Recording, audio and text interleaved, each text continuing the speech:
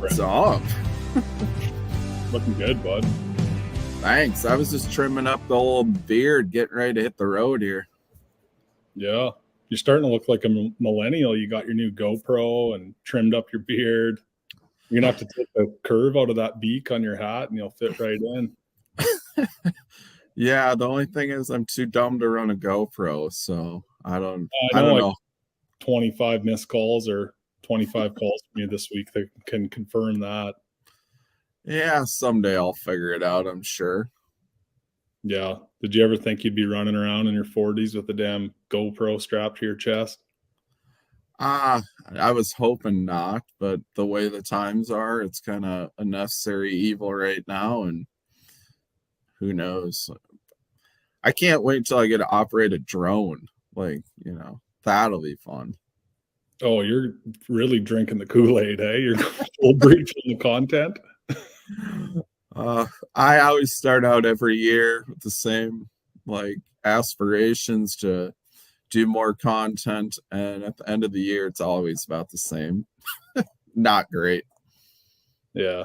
I mean, you called it a necessary evil, but it's not really it's necessary, but it's not really evil when everyone's doing it. Because before it was just a bunch of Cheeto fingered pond hoppers running around with GoPros, and now it's everyone does it. So you get to pick who you watch, and there's a little more choice and can find a little bit more personality. Like I would watch your GoPro clips. Yeah, they'll be interesting for sure. There's so many people running GoPros at the opens now. I just want to ask them if I can just borrow shots from them driving by me. I feel like I don't even need to buy one. I can just borrow their content from them. Oh, you can just steal that. There's no she's like the Wild West on copyright on YouTube. You can just take it. Yeah, you can be nice about it and give them a shout out, but there's not really any legal ramification. So I need to keep that sucker on all year. Yeah. I mean, I'd have to be good on a computer though too. I don't know. I'm learning a lot this year, and it has little to do with fishing. Well, I'm sure you'll have better than some. I mean, you see a lot of guys, first hopping in, and there's you do a YouTube search, there's a million. There'll be huge, massive production where they hired a camera guy and all this slow, Palaniuk and Kyle style B-roll, pretty much just rip that right off, and then they'll have 8 views. And well, I think I don't need to hire a camera guy. I'm just gonna have Ras do it, because after the first day of practice, I feel like he'll be done practicing, so you can just come around and videotape me. Yeah, that's our travel partner. He hates lakes. I'm definitely getting him the Jordan Lee "This Lake Sucks" hoodie, because I think he's going to be holding that off lots. You better be careful. You're going to make your buddy mad. He's kind of upset about that. He doesn't like that we're going to get him that hoodie? Wow, no. I mean, News kind of has "Don't Suck," and he thinks it's kind of close to his deal. So, well, New also just released a jig head that's very close to the Smeltinator. So all the kettle black there. Oh yeah. I mean, I might come out with the Smeltinator pretty soon. I'm not going to call it that though. Yeah, call it the go-getter. The go-getter jig, I'm going to call it. The go-getter. Yeah. Yeah. There's a million of them. I'm just, that's a friendly chirp. I don't mean to be I'm not. No, I know. Or anything. He's staying with us. He's staying with us for a couple, so you guys better hatch it out. Yeah, bud. We're good. Oh, yeah. Nice. He might still be mad about his muddy boat, but you're all good. Yeah, I think we're gonna have to call it even. Yeah. For sure. Well, we got another awesome guest on tonight, huh? Yeah, Ish Monroe for just a casual conversation with us opens rats. Yeah, I don't get it. We get all the creme of the creme on our show, and we're just I don't even know. We're opens guys. We're the scum on the side of your mouth type deal. Yeah. Well, we get to flex around a little bit because the derby hasn't started yet. The puck hasn't dropped, so everyone starts at 0. But like, if we get 208th place in the first 2 opens, we're probably not going to be cleaning house on the guests anymore. I don't plan on doing that, but you never know. You never know. Yeah. You got some bait casters spooled up for the first derb or no? Oh, I didn't know they were allowed. Oh, beat it, bud. Brad thinks I can only catch him on. He thinks all I can do is mope, like Demiki rig or hang him in on whatever, like the deep water vertical technique. You're Figures pretty good at it. Like you're really good at it though. Like I'll give you that. Well, how do you know? You kicked my ass doing it, so you must be pretty good at it. Yeah, but I kicked your ass at Sturgeon Bay too, and that's supposed to be your bread and butter. Yeah, that's true. You did whoop me there. No I'm doubt. just kidding. Had I fished the weekend before and that derby, you and Bennett were cleaning house, and I would have got dummied too. I was just Yeah, I mean, we kind of got our clock cleaned by some guides out there that kind of took advantage of our kindness, but they'll get their day someday. lesson learned, bud. Yeah, lesson learned. Don't be kind. Yeah. Yeah, that'd be the next shirt. My wife is a kindergarten teacher, and she's got this like all this stuff that says "be kind" on it. It's like the new flavor. Like that's what. Hey, I think I came up with my new slogan. Don't be kind. Yeah, don't be. That's what I'm saying. Yeah, like that could be our new shirt. That'd be great. I'll take one of those. Yeah, I might get some made up. I might write it on my trolling motor. If I can just take it to the next level. Yeah. Did you just curse, Brad? Oh yeah, shoot. Can we curse on here? Oh, I'm actually asking. I don't know. Like I can't tell with you Minnesota guys if you're cursing or if it's just like how to connect sentences. We curse in a nice way because we're from Minnesota. Passive aggressive cursing. Yeah.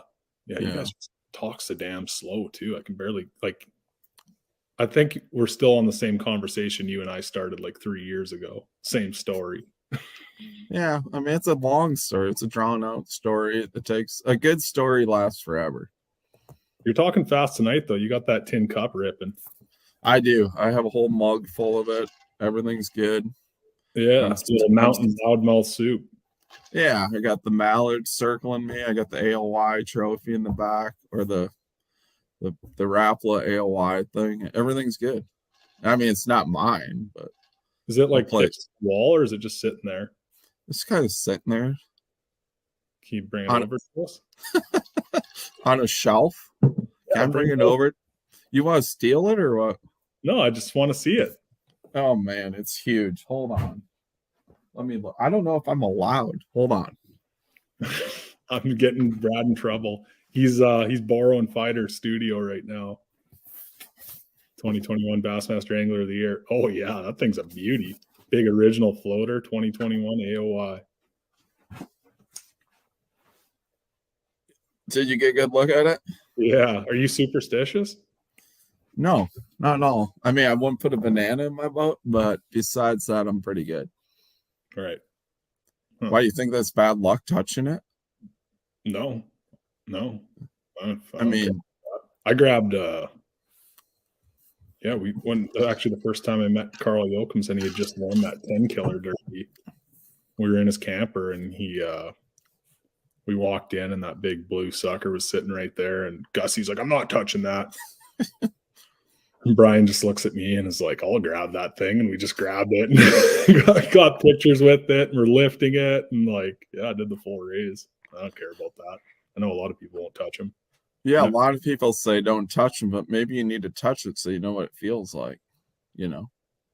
Yeah, maybe. I know that big blue one is a lot heavier than people think.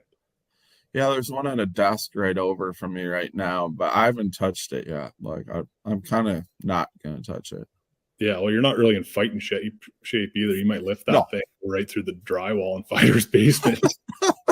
What if I drop and break the bass off? It'd be done. Yeah, you can glue her back together. Oh, what else is going on, bud? How's the prep going? The old Yoda is about about back into fighting shape. She had a little problem with a deer, so she's getting fixed. Hopefully Monday, Tuesday, I get her back, and I'm gonna head to Georgia and go down to Lanier and fish a BFL down there next week and knock off some rust, and then I'll probably see you in Alabama the next week, I'm guessing. It's coming up. We're getting close. I feel like you're going to come from Lanier, like catching all those spots at 30 feet and just be out in the main river channel and Eufaula throwing 2.8-inch swim bait. Yeah, I'll be out there moping, probably hanging a minnow out there. Can you hang like a 6-inch mag draft? If I get a big enough head, I'll just hang that sucker over the side. Yeah, you can hang whatever you want, but it doesn't mean you're going to catch shit. Well, yeah, I don't think I'll catch any, but maybe a catfish or a gar or something. Yeah. Well, I think Eufaula is going to be set up pretty good for you, the way you like to fish. But who knows? I don't know. I think it's a great fishery, a lot of big fish in there, but it's all dependent on the weather before we get there. I mean, it's been pretty warm, I think, overall, so everything should be sped up a little bit, I would think. Ugh. Yeah. Maybe we'll get lucky. We'll get 2 spawn tournaments this year. You like those, don't you? Yep. Perfect. No, I don't. No? Fish for bass and they're spawning here. Oh, man. Huh. Yeah, I'm in trouble, bud. You'll figure it out. One thing I know about you, you adapt well. Ish is here. Ish is here? Let's do it.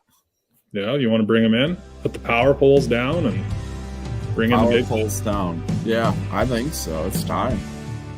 Plenty of sunshine. Come on, man. Let's roll.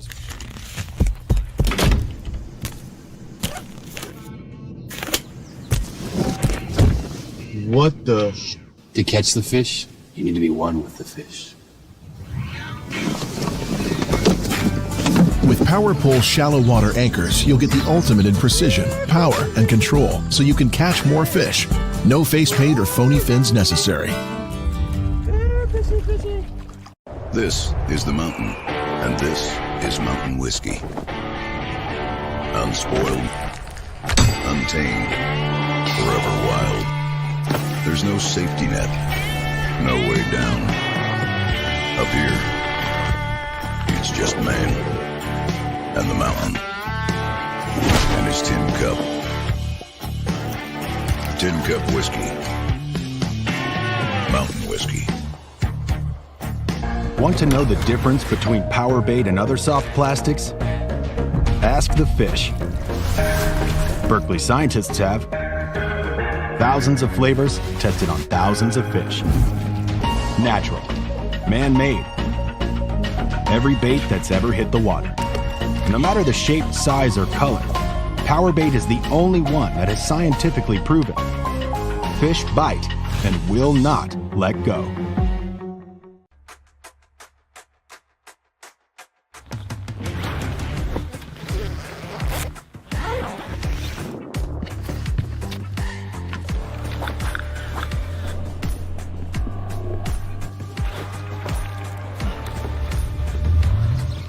Nice, dude.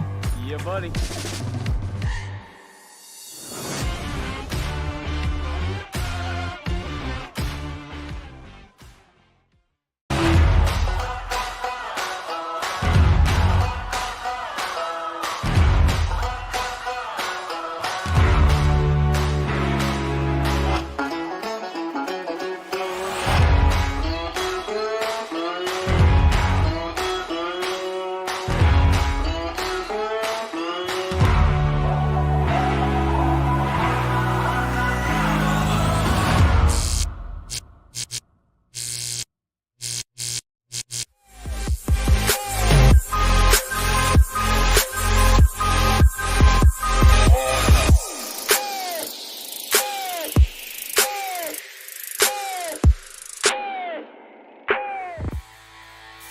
What's up, Ish?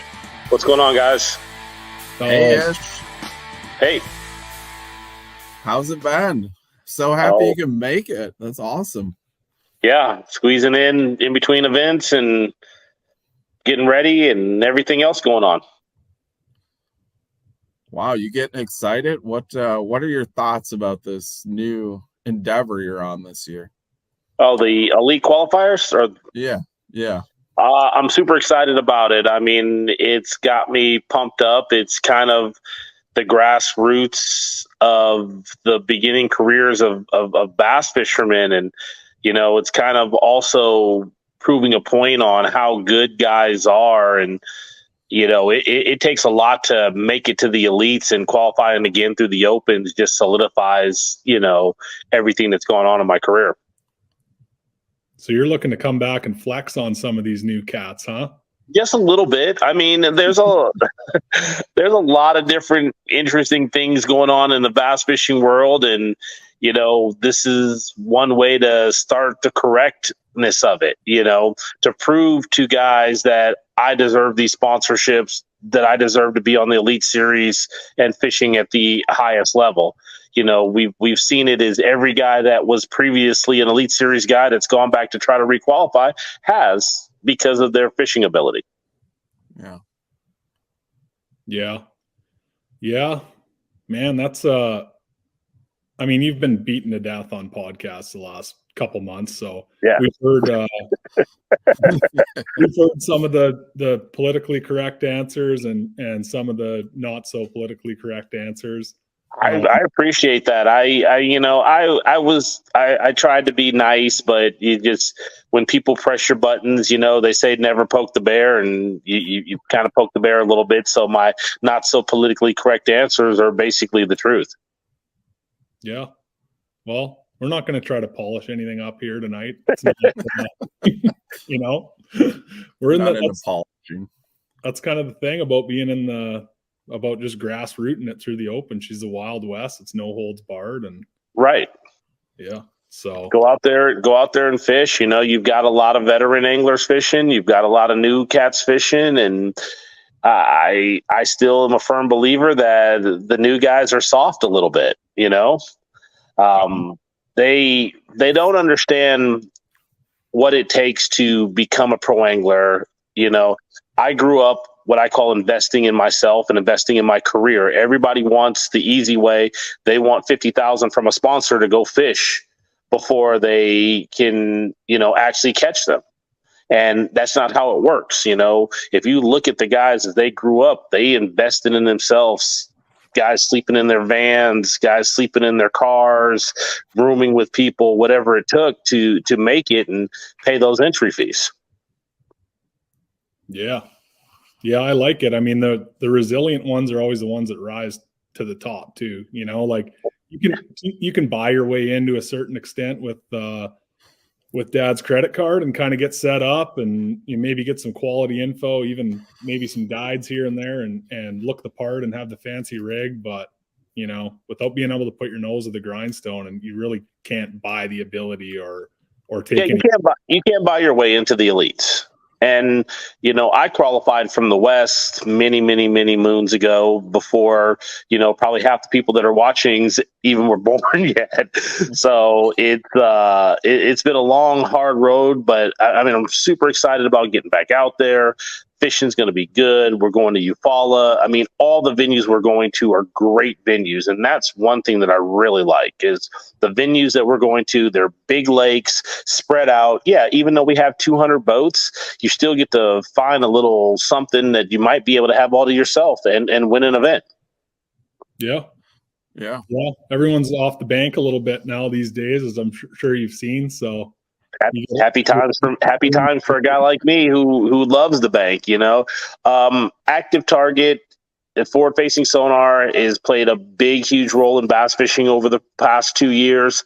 It will continue to play a huge role, but there's still something to be said of just going down the bank and catching them and not being able to see those fish, or, not pinging that transducer off. I mean, I have active target on my boat and will be using it this year, but I'm also looking forward to the tournaments where I can just beat the bank and not have to use it.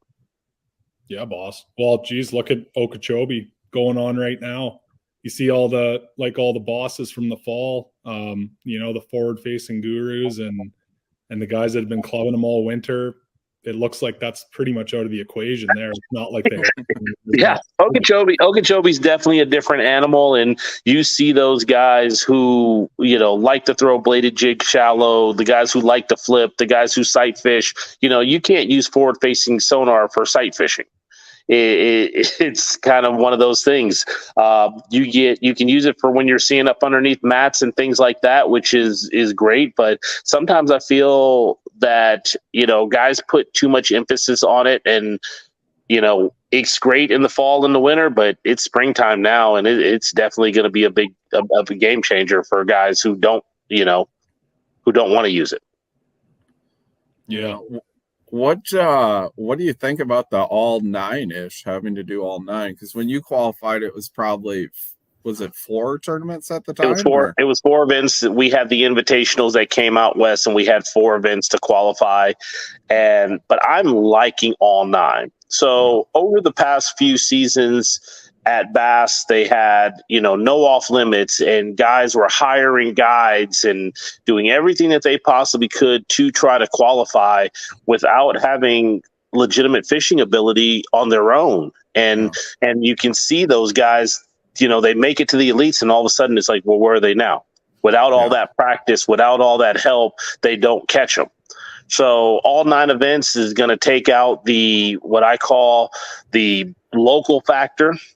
Dude, if you throw 3 events out west here and you said, hey, Ish, I want you to go qualify for the elites. Well, yeah, I'm probably going to go ahead and go do that. Now 9 events takes a guy and makes him catch them all over the country in all different scenarios, not just in their backyard. And if a guy can do that, he can survive on tour. And that's what makes a career, is a guy who can catch them. I've won an event in New York, Florida, Texas, Wisconsin, not including the stuff I've won out west. So every region of the country I've actually won an event on. And so that tells you that I can catch them pretty much anywhere we go. Yeah, like it wasn't, I think I started doing the opens. I did one division 2 years ago. I did the Northerns, and I was really close. But I mean, I live in Minnesota, so Northern stuff is pretty good for me. But it was crazy. They had 3 tournaments, and if you lived in New Jersey, it was like you're fishing home bodies of water for every tournament. I was driving 20 hours to every one of them. Right. Those guys were sleeping in their own bed for all 3 open events, while you, like you say, you were driving 20 hours. I mean, there's something to be said for a guy who's going to go catch them in Alabama, then go to Oklahoma, then go to Texas, then go to New York, then, catch them back to Florida again, to catch them all over the country. I mean, Florida is not typical Florida in the fall when we're going down there, and it's going to be different. And so there really isn't going to be guys who just have a local advantage qualifying. Now it's going to be guys who bust their butts, catch them everywhere we go, that will qualify for the elites. Yeah, it should be a great season for sure. Yes, definitely. Something that's a little bit concerning is, like, you and Bobby Lane, we had him on a couple weeks ago, and you guys are looking at the schedule like, oh yeah, we got this, looking at 9 and knowing as shallow water guys, obviously you're both versatile. You have to be to survive what you're doing now. Are you planning on shallow in water, like running shallow your way right through the schedule?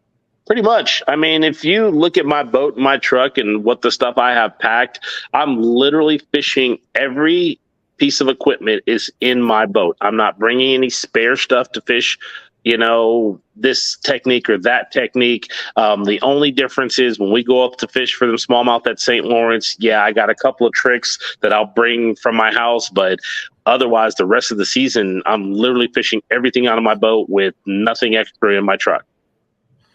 So when you take off, I don't know when you're taking off to head this way or head to Alabama, do you stay the whole year, or do you go back and forth? Oh no, the open schedules. So, we have a month in between events. So that's going to allow me to fly home, come home, fish other events here at home, and then fly back for those events. So I get to double dip. The guys aren't happy that I get to fish here at home because, gosh, I've won a lot of money here. You know, I've won 2 Toyota Series, a National Guard. I've won team tournament championships for boats out here.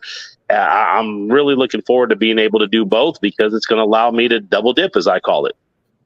Yeah, so I'll just tell them, look, like I'm in the frickin' opens. I'm not Hollywood. Right. Yeah, exactly. I'm not an elite guy, and then they just look at me and laugh and nod their head.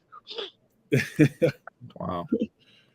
So do you have? So do you have? You must have a boat or a partner you fish at home, or how do you do that?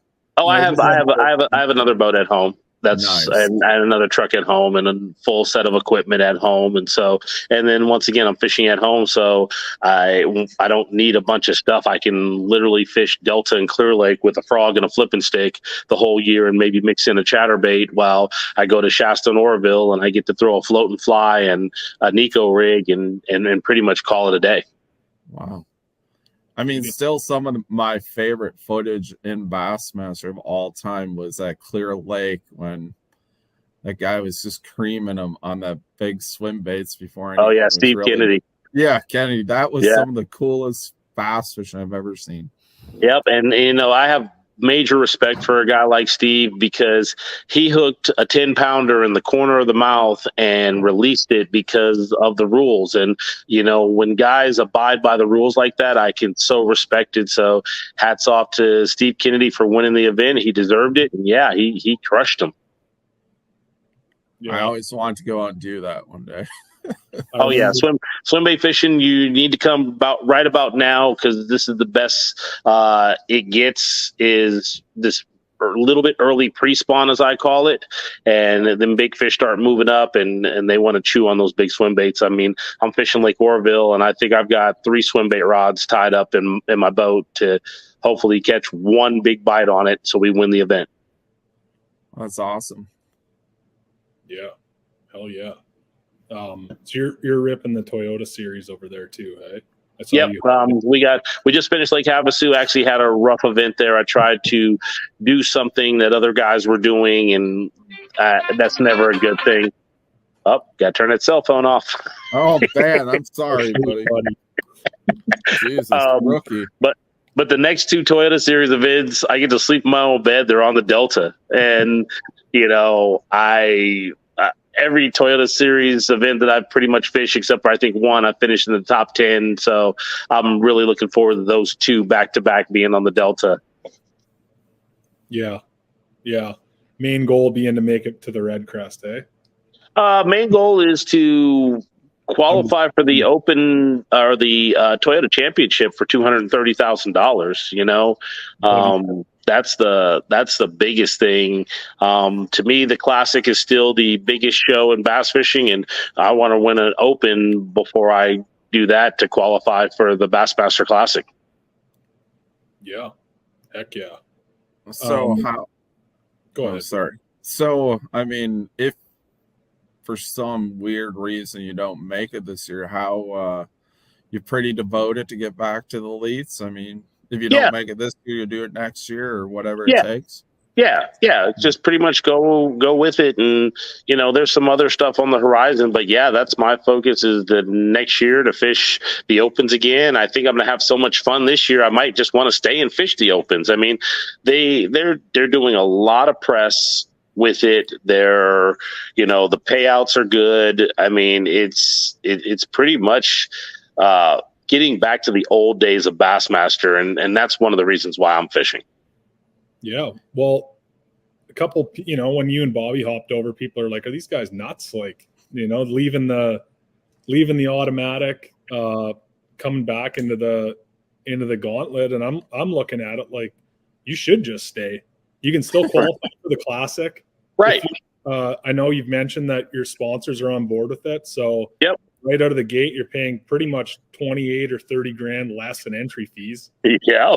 Or you even make a damn cast every year.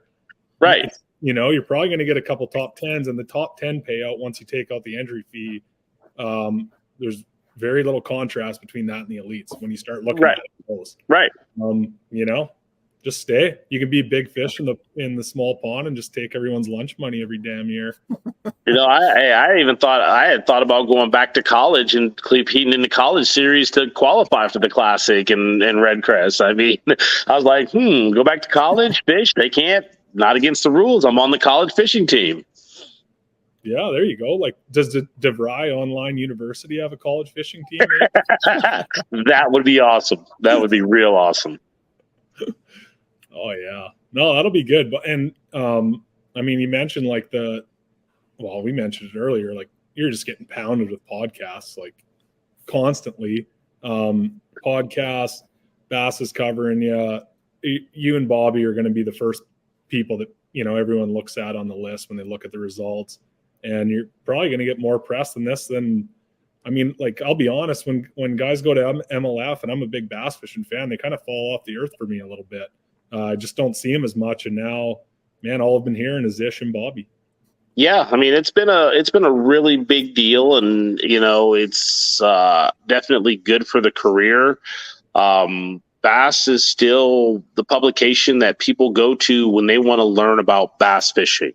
MLF has the eyeballs from a competitive standpoint, but the people that are watching aren't fishermen. And for us in this industry, the sponsors are paying attention to their demographic, not necessarily the demographic that doesn't buy their product, because there's people that are never going to buy a rod and reel that watch bass fishing, and that's what MLF has. While Bass has the hardcore bass fishing fans who they want to learn more, they want to pay attention, and so the press that we're going to get this year is, I think, going to be really, really good, and people are going to basically have a magnifying glass on us and looking at the products we use, and especially when we both requalify, they're going to be like, well, I gotta get that boat, or I gotta run that motor, I gotta get that rod, that reel, that missile bait. Those are the things. I got to have Lowrance Active Target, because those guys, that's what they're using to catch and requalify. Yeah. Was it like a hard decision to like come back to the gauntlet, or was it pretty easy for you?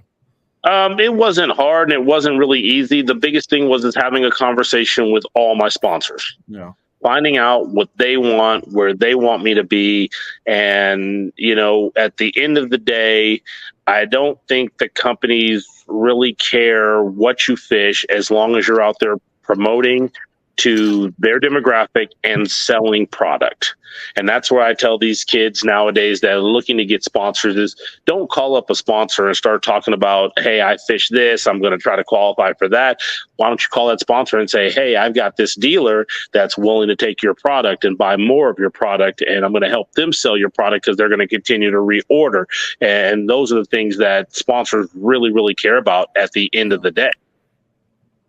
Yeah, that's good. I'm glad you touched on that, because you mentioned earlier that there's a lot of these young guys that think they should just automatically get 50K because they're fishing in the opens, and you've got a history of being kind of a boss on the marketing front. So I was hoping you could shed a little light on that, and you kind of just did. You got any more advice?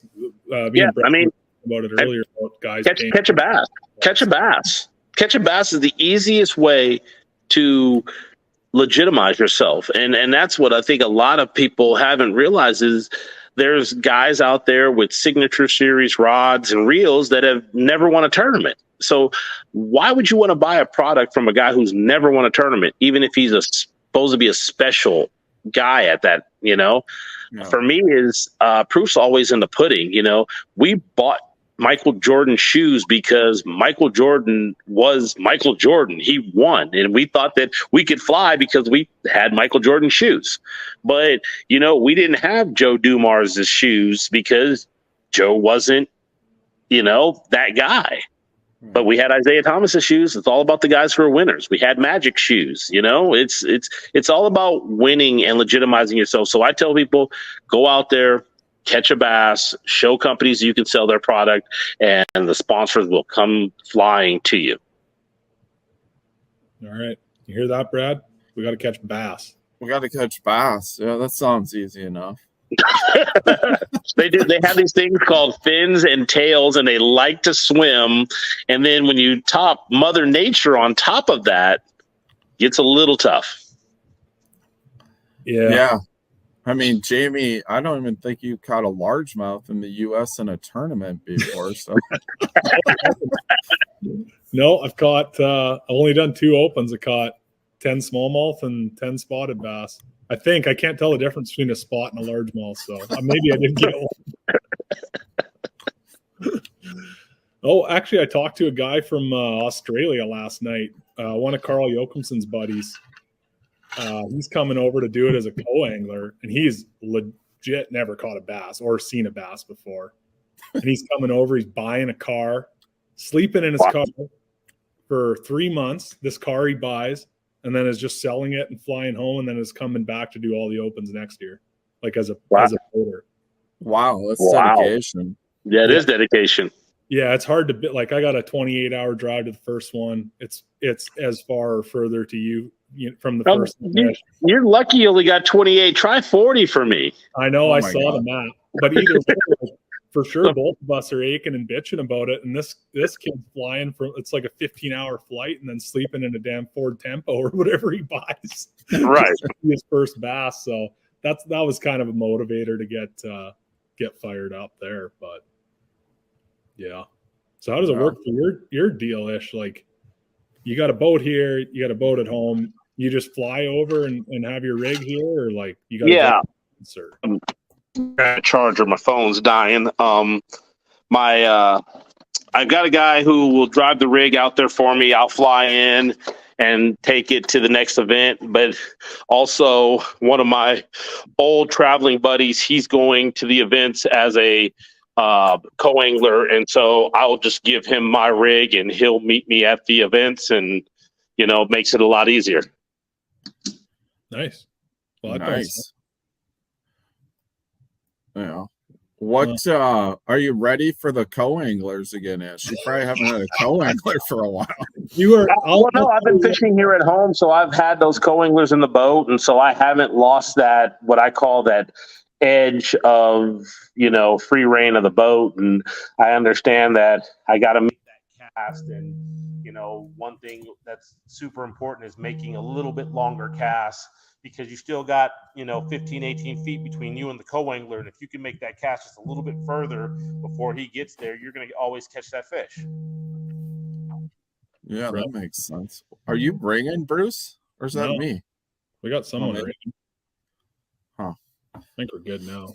Oh yeah, that's good. What? Yeah, it's definitely different. The co-anglers, you got to be a little more, I don't know, assertive and. Yes, very, very assertive. And that you're coming up and you break off before you get to that key piece of structure, and you just kind of got to back the boat off to get retied up or grab a different rod and be ready for those, because the opens is one fish can make all the difference. One fish. Oh, sorry. I was going to cut it. Don't say that, Ish. I said something like that on Instagram the other month, and I've been getting hate mail for like 2 months over it. So you got to be nice to co-anglers, I guess. I am, though. I didn't say about not being nice to them. I'm just saying being a little bit more assertive and making that cast. But what people fail to realize is, just like a guy like me and a guy like Bobby, this is how we make our living. No. You're a co-angler in the back of the boat. If you come into the boat with the mindset of learning, you will probably have one of the best learning experiences that you could ever have for the amount of money. But if you come into it being that, what I say, that co-angler aggressiveness, that like acting like you belong in the front of the boat, a guy like me and a guy like Bobby will make it very difficult on you to catch fish. And it's not that we are going to make boat positioning. We are going to literally slow down, change direction, pick the freaking cover apart before you even have a chance. But if you come in trying to learn, you'll understand why we make these casts and why we do things like this and why we do things like that. And we'll give you the playbook. Yeah. It's go frog fishing with me for a day, and you get to understand. And if you ask questions, I'll answer all of them if you're cool. But if you get aggressive and you start asking me those questions, I'm not going to answer those questions for you or be truthful about it, because you're being aggressive. This is my living. This is my livelihood. You're in an aspect of riding along in the boat with one of the best anglers in the world and having that opportunity to learn.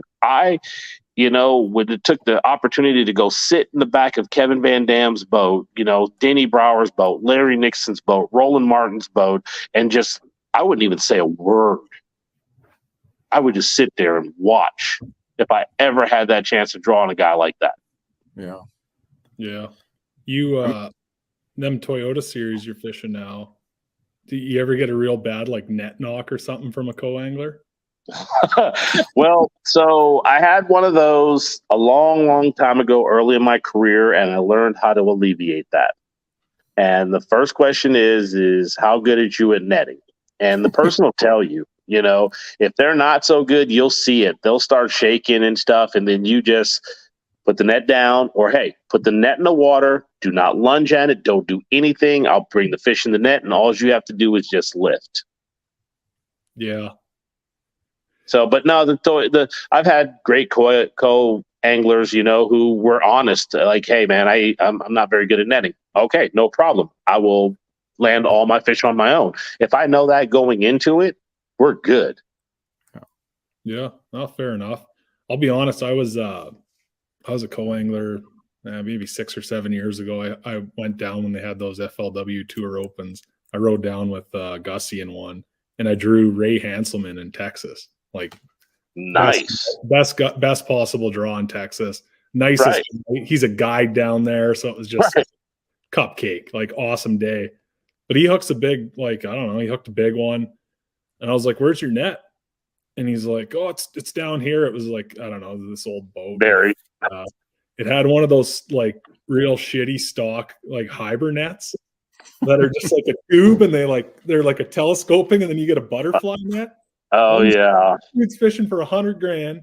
He's got a stranger holding a triangle butterfly net on the back of his damn boat. I'm like, that's a lot of pressure. So that is a lot of pressure. Oh yeah, I scooped him up, bud. High five and everything. Yeah, nice. So you're good. Yeah, I was lucky that day. Does anyone ever like gets their co-angler to grab them in the opens? Oh yeah, there's been times. I mean, I don't trust them to do it. Because they grab your line and it comes off. You've got nobody to blame but yourself. Because once again, if you're in the front of the boat, you've landed bass before, and you know what it takes to land a bass, whether it's boat flipping it, whether it's getting down behind the console and landing it, or you're asking a guy. You can't blame him if you lose that fish, because it's not his job to grab your fish. He's doing it out of kindness of his heart. No. Me, I'm going to land all my own. Yeah.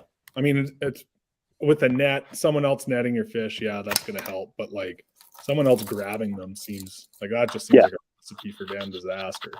Yes. Huh. Well, I'll have to have that talk with my co-angler. I lean on my co-anglers hard. And like Brad said, I never got a largemouth in the South, so I'm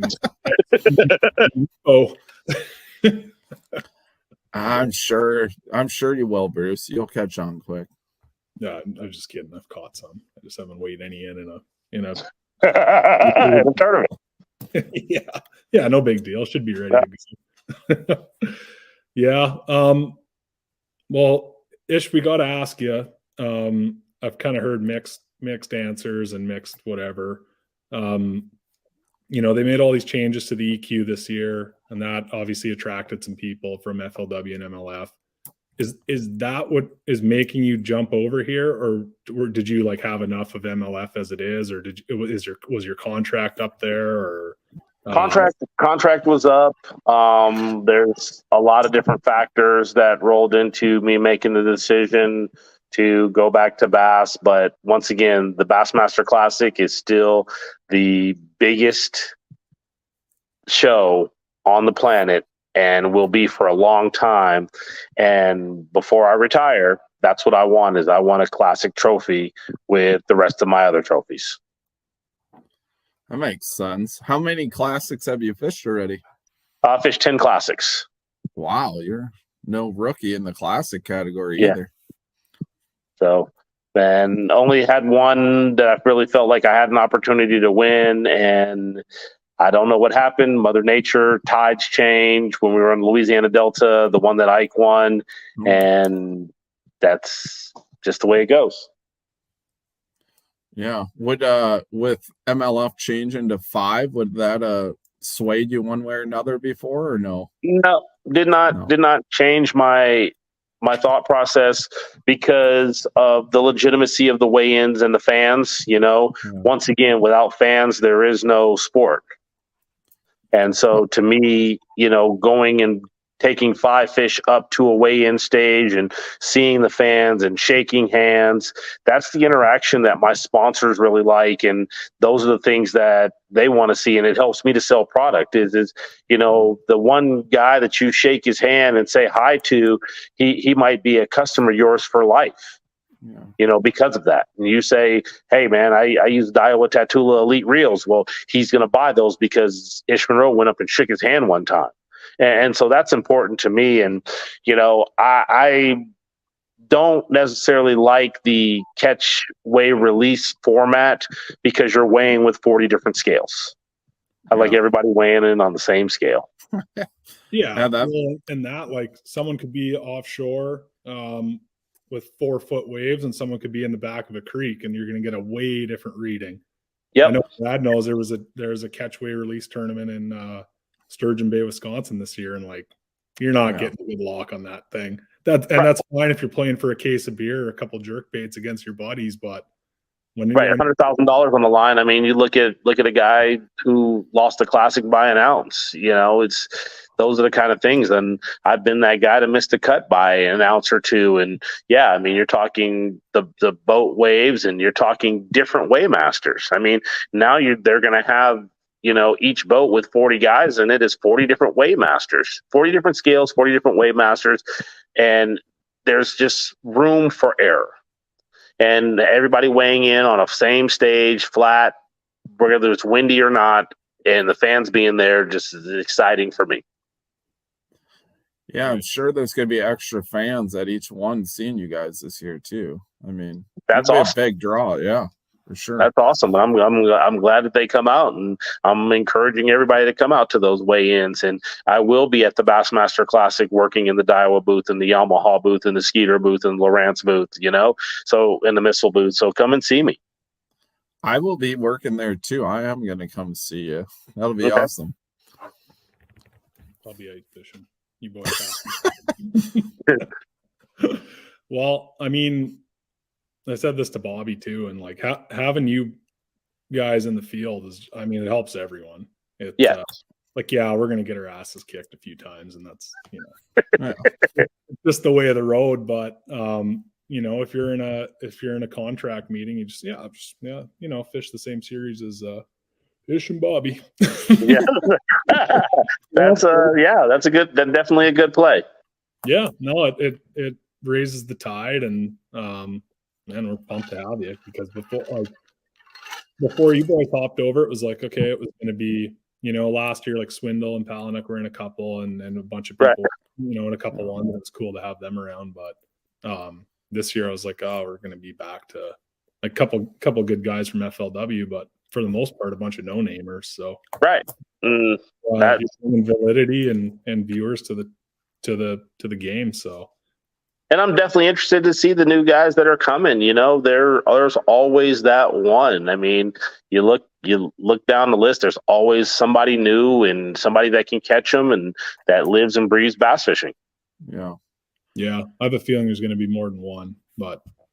Yeah, there's some good young college anglers coming out. I wonder if it'll be different this year. We're going to a lot of different bodies of water that the colleges don't seem to fish as much. So I don't know if they'll have that big presence. Like last year, the college anglers had a big presence in the opens. Yeah, no, I saw that and stuff. But once again, things were different. They don't have jobs in college, and so they go That's fish for days and days on end. The 5 day actual practice, and with that huge off limits and no guides, that's going to change a lot of things. Getting that information and getting that help during the event is key for a lot of guys. And I've never fished that way, and I know Bobby doesn't fish that way and stuff. So it's going to be interesting to see for those guys who, have kind of lived it. I know anglers that basically the whole year last year, they traveled from event to event to event to event. Yeah. Like they went from one open to the next open that was 3 weeks out or 4 weeks out and spent every day on the water. Can't do that anymore. No, I only practice. Well, this year I'll probably practice 5 days, but last year I only practiced 4 days. And my theory behind it was when you make the elites, you can't practice for a month. Right. You got to figure out what's going on now and capitalize on it. And that was the thing last year is what you could get a guide up to the third day of practice or the first day of practice 3 days before the tournament started. And so there was guys that were doing that and getting that information. You don't get to do that anymore. No. Now you show up, it's, oh boy, where do I start? Oh, I can't dial a bass, And that's been one thing that I've been looking forward to, and I'm hoping someday that we basically show up and we start the tournament with a off limits, but 30 to 60 day off limits. I would enjoy that too. I feel like I do better with less practice. I think the fish don't get beat up. The fish don't get beat on.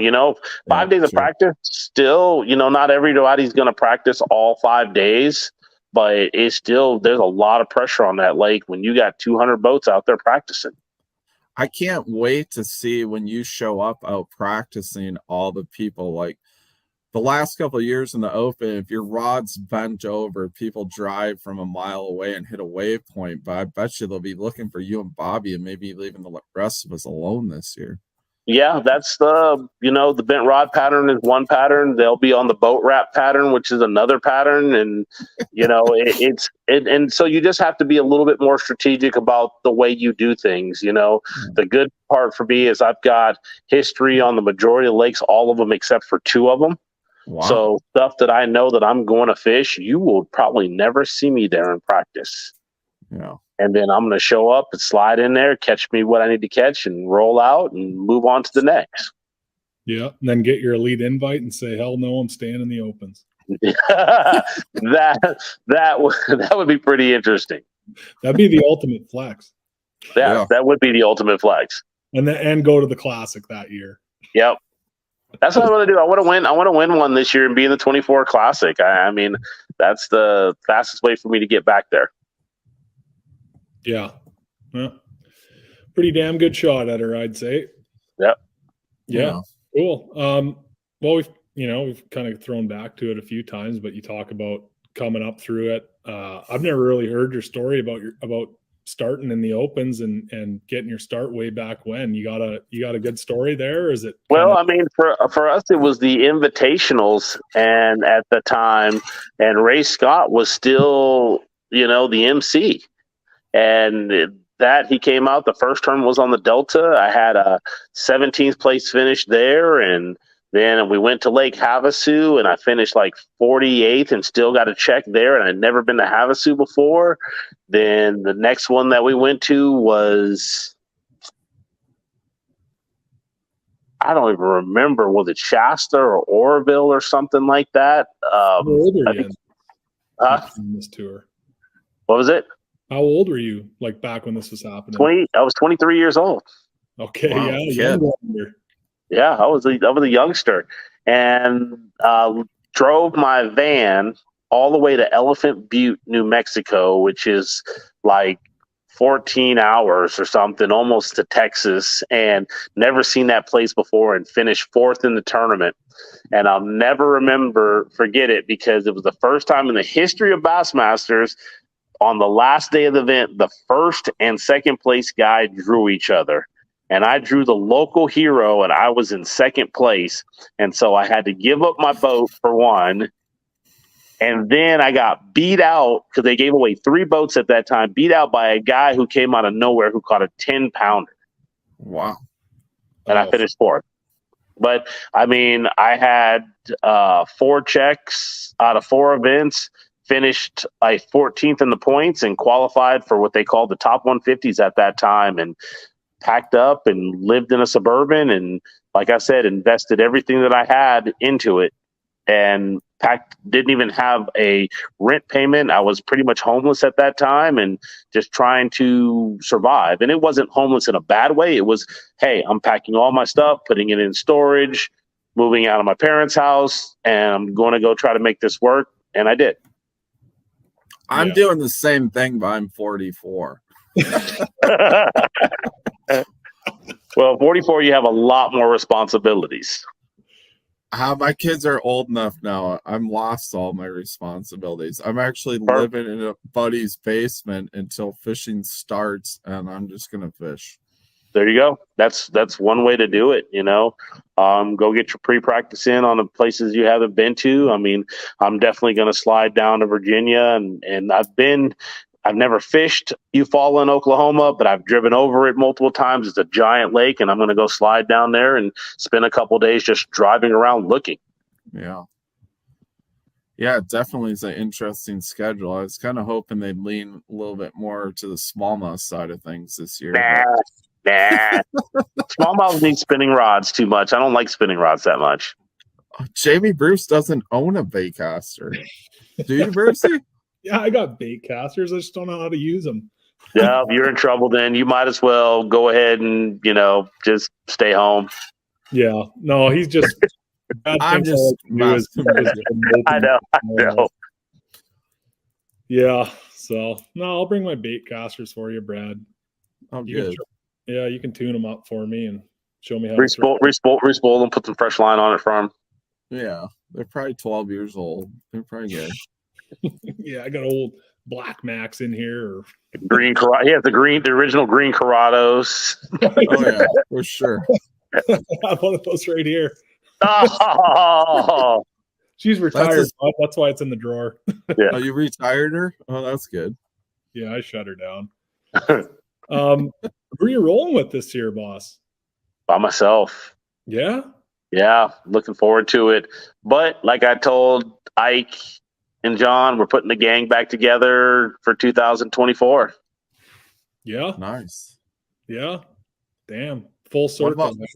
What about Ike's not there in 2024? Ike will be there in 2024. Don't let him fool you. He talks a big game about retiring. He loves it way too much. He loves that competition. He loves catching bass, screaming and yelling, fist pumping, jumping around, back spinning, hair on fire. That's Ike. When he's not that, he's no fun. Yeah. So you're just gonna you're not gonna talk to anyone during the week. You're gonna stay solo. Hotel. Well, I mean, I'm staying with my co-angler team partner, and he's gonna practice with me, and we just roll. Nice. And I mean, I'm not there to make a bunch of friends, and I'm not there to spend a bunch of time away from home. I'm ready to go in, do my job, qualify, get back home. It's all business. Make money. Making money. Yeah. Nice. Well, hopefully that happens for you. But I'm still think you should be really considering staying in the opens. Hey, if my sponsors want to pay me for the rest of my career, if I can get a guaranteed contract that my contracts never change or they only increase, if by me fishing the opens, I'm all aboard. Yeah. Nice. Yeah. Well, we like it, bud. Looking forward to running India down there. What color is your boat wrap for all the chiselers listening right now? It's black. Just look for a black boat. Yeah, no problem.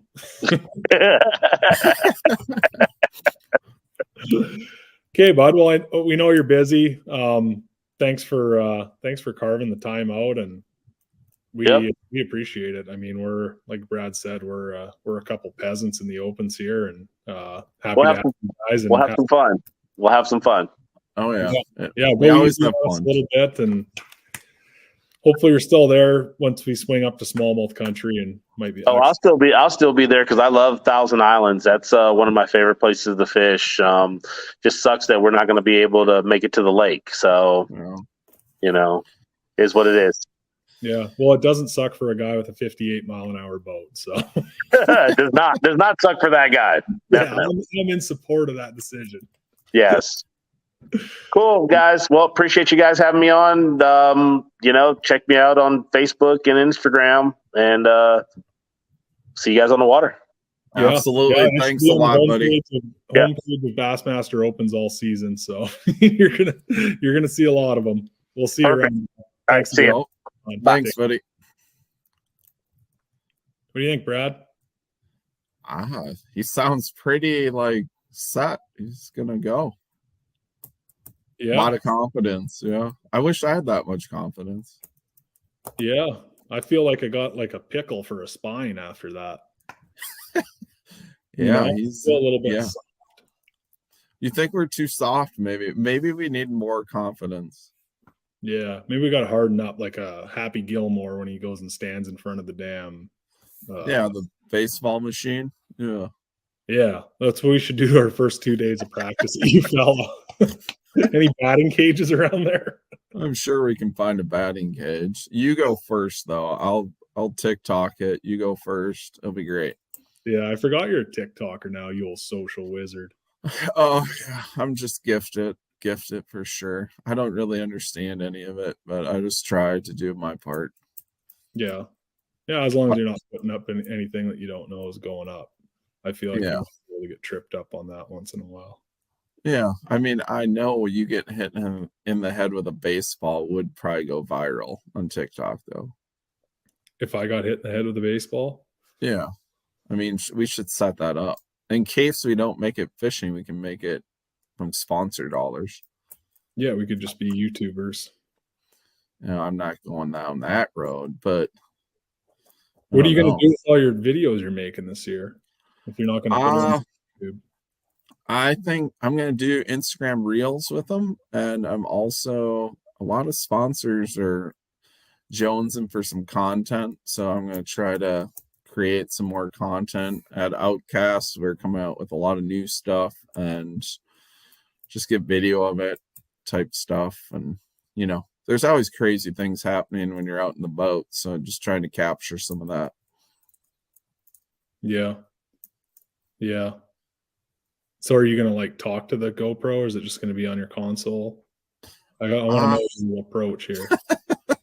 I'm just gonna have it on my console. I think I got it bolted on there, and I got a wire going to it, and it just, I don't know. It'll probably be just a hot mess, I'm guessing. I'll probably lose it the first day, and I'll just give up on it. But I'm gonna try it for at least a day.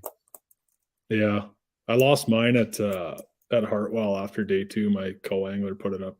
Well, my dumb travel co-angler, Woody. I was like, you got the GoPro? Yeah, he grabs it. And then he just put it on the fender or something instead of putting it in the truck, and I lost it. And it had the whole card in there for the whole weekend.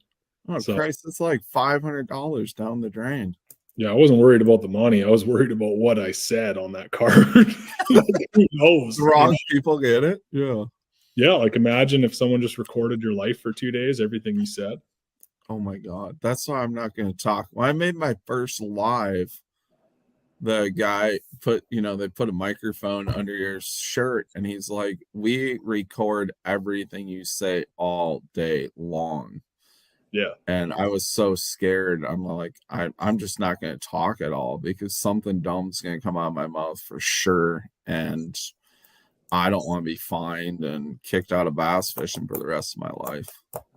Yeah, but you got to talk. That's how you get the personality. That's how you get the fan base. That's how you get the sponsors. You don't want to be some drone up there, especially. I know. I was nervous. You'll see when you get that chance someday. It's like, you're like, they want you to talk, but it's kind of like, I'll talk better the next time. I'll get more loose the next time, I guess. Well, you got a Hopefully camera this year. for James too, didn't you? No, they didn't have to No, we didn't have them then. I wish. Well, that would have been a great camera. Like the first creek I went into, I hit a cypress stump going like 60. I mean, that would have been great footage. But we kept her on track. It wasn't the best deal, but yeah, there would have been some choice words after that deal. Yeah, I believe that. Well, you'll have a GoPro rolling next year, so we can see you crack that cypress stump on day 3, running into the same damn creek and hit a tree. Well, that was the first creek. That was the first time I was in that creek during the tournament, but I did hit that same cypress stump last year. So I'm kind of bummed out we're not going there. That place is a gem, and I look forward to going back there. Yeah, you can keep it. Oh, you'd love it. Holes. Oh, you'd love it. That Lund would be high and dry, buddy. Yeah. I got my first I ordered what do they call them? A push pole. I ordered me a push pole. You'd be proud of me. I thought maybe you ordered like a ballast or something. Something you could fill it up with water and float higher or something. Do you have like those things that the walleye guys run so you can get the boat on? Yeah. No. You don't? No. You gotta get something like that. Why? I'm set up like fishing wise. I feel like I'm better off than anyone because I can plane off in 0 water. Yeah. And my deck sits higher than any boat on the tour. Yeah, you'll like the second tournament for bad fish, and the only disadvantage you have is speed. 6'6". So I am 6'6", pretty much standing on a damn elevated platform. I'm gonna go practice, so we'll practice together on the second one down on the where are we going? Louisiana or whatever? Yeah, holy Toledo. We'll just practice together. We'll split the waypoints. You can see the beds and just mark them out for me. That's a terrible deal for me, bud. Oh no, it'll be great. You can see well. I'll just take half of them. I don't even care what half.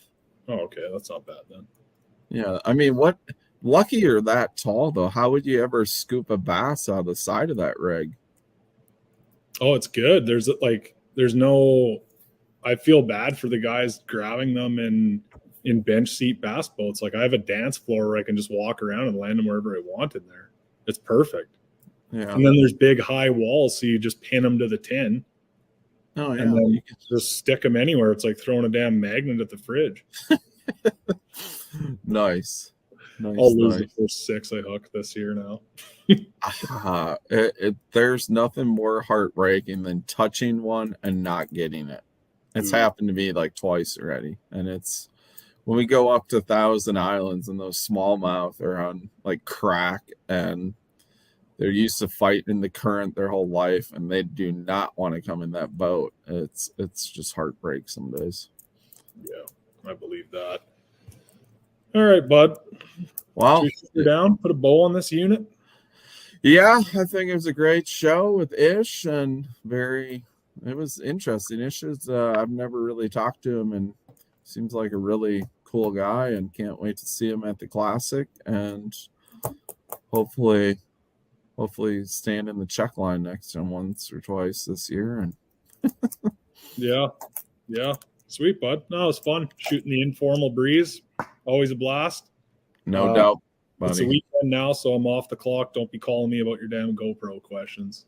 I will call you anytime I want, bud. Okay, thanks, Bass Galaxy. I don't know. Share this, share that, whatever. We'll figure it out.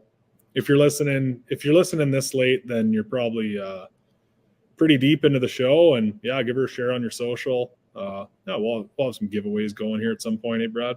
Yeah, I think the next one I'm gonna have some FXR giveaways, and we'll do giveaways from that point on. Just trying to get stuff tracked down. And thanks for Bass Galaxy for tuning in and appreciating the show. We appreciate you guys. Big thanks to Pat and a huge thanks to Andy for getting this all going and doing such a great job. Until next time. See ya. See ya.